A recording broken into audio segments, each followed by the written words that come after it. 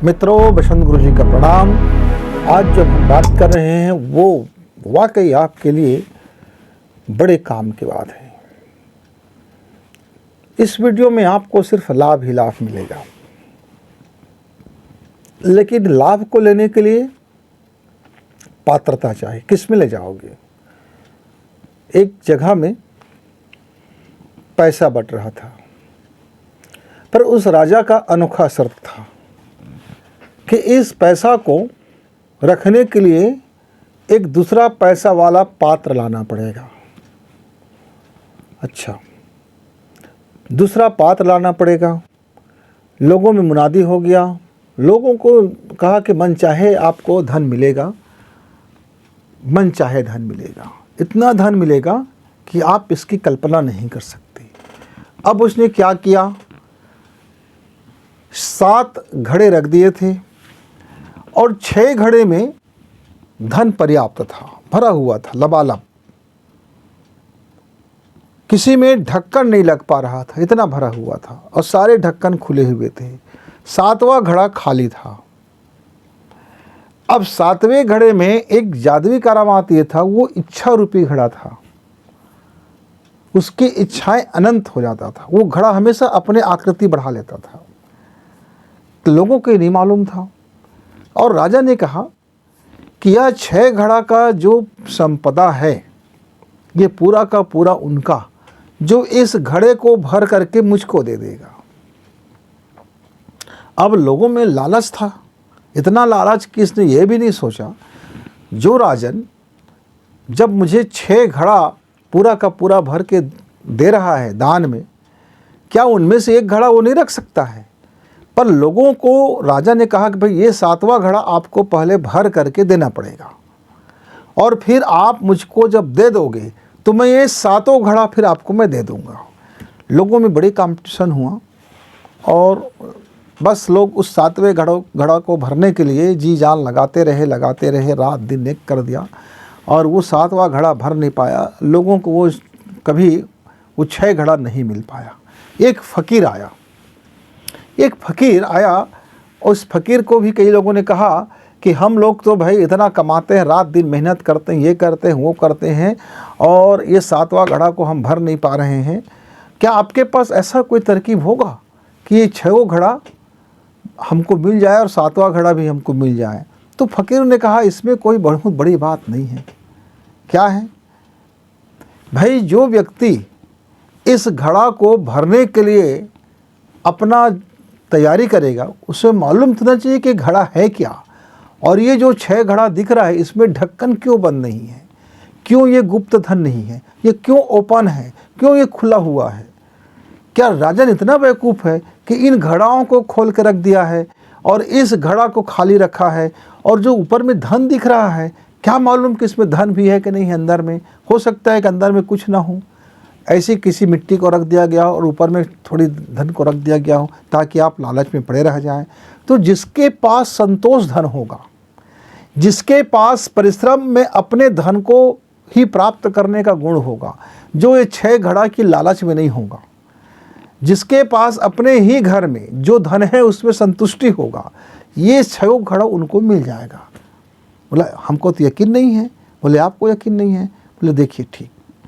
उस फ़कीर ने क्या किया, उस घड़े को लिया और घड़ा से कहा कि मेरे मन में यदि धन के प्रति जरा भी लोभ है तो यह घड़ा खाली रह जा, लेकिन यदि मैं पूरी जीवन पर्यंत मेरे मन में अपने गुजारा बसर के अलावा कोई धन का मैंने लालच नहीं किया, जो शरीर के लिए लगा, जो मेरे पेट के लिए लगा, बस उतना ही मैंने धन का संचय किया, तो ये घड़ा उसी आकृति में बदल जाए जितने पास मेरे पास धन है। अब वो देखते देखते मित्र, बड़ा जो घड़ा था वो बहुत छोटा घड़ा बन गया, लोटा बन गया, और उस फ़कीर के पास एक लोटा भोजन था, अन्न था। किसी ने उसके इसमें डाल दिया था पात्र में, और उस फ़कीर ने उस अन्न को उस घड़े में डाल करके राजा को दे दिया। राजा प्रसन्न हुआ और कहा कि ये 7 घड़ा इस फ़कीर के हो गए। मित्रों, वहाँ से बहुत से लोगों के मन में ये विचार ही नहीं आया था कि 7वां घड़ा को सिर्फ भरना था, पानी से भरना था, अन्न से भरना था, कि मिट्टी से भरना था, कि फूल से भरना था, कि सोने चांदी से भरना था। राजन ने कोई प्रतिबंध नहीं लगाया था, लेकिन लोगों के दिमाग फिक्स थे कि 6 घड़ा में यदि सोना चांदी हीरा जवाहरात है तो ये 7वां घड़ा खाली है, इसमें भी हमको हीरा जवाहरात सोना चांदी भर के राजा को देना होगा। ये जो चश्मा था ना, जो पहले से मान लिया गया चश्मा होता है, ये आदमी को सीखने का मौका नहीं देता। लेकिन फकीर चूंकि राजा का शर्त समझ गया था कि इस घड़ा को भरना बस है, पुण्य से भरना है, पाप से भरना है, कि धन से भरना है, क्या से भरना है, वो आपकी अपनी सोच है। तो मित्रों, जिस तरह से हम किसी की मोटिवेशनल स्पीच जब सुनते हैं, तो यदि मेरा मन खाली नहीं है और यदि मेरे मन में कोई चश्मा लगा हुआ है और मैं सिर्फ अपने मन को उसी चश्मा से देख रहा हूँ, तो फिर वो मोटिवेशनल स्पीच उसके जीवन में बदलाव नहीं ला सकता।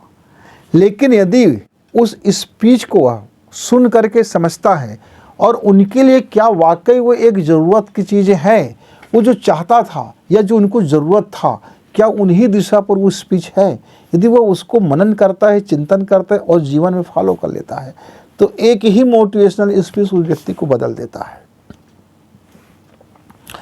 मित्रों, मैं जिस स्पीच को सुनने के बाद बदला मैं अपने जीवन में, मैं उसकी एक छोटी सी वाक्यांश बताता हूँ। मेरे जीवन का कोई उद्देश्य नहीं था। खाया पिया, घूमा फिरा, सोया, मटर गश्ती की, और क्या, जैसे लोग जीवन जीते हैं। मैंने एक बार पंडित श्री राम शर्मा जी से मेरा मिलना हुआ।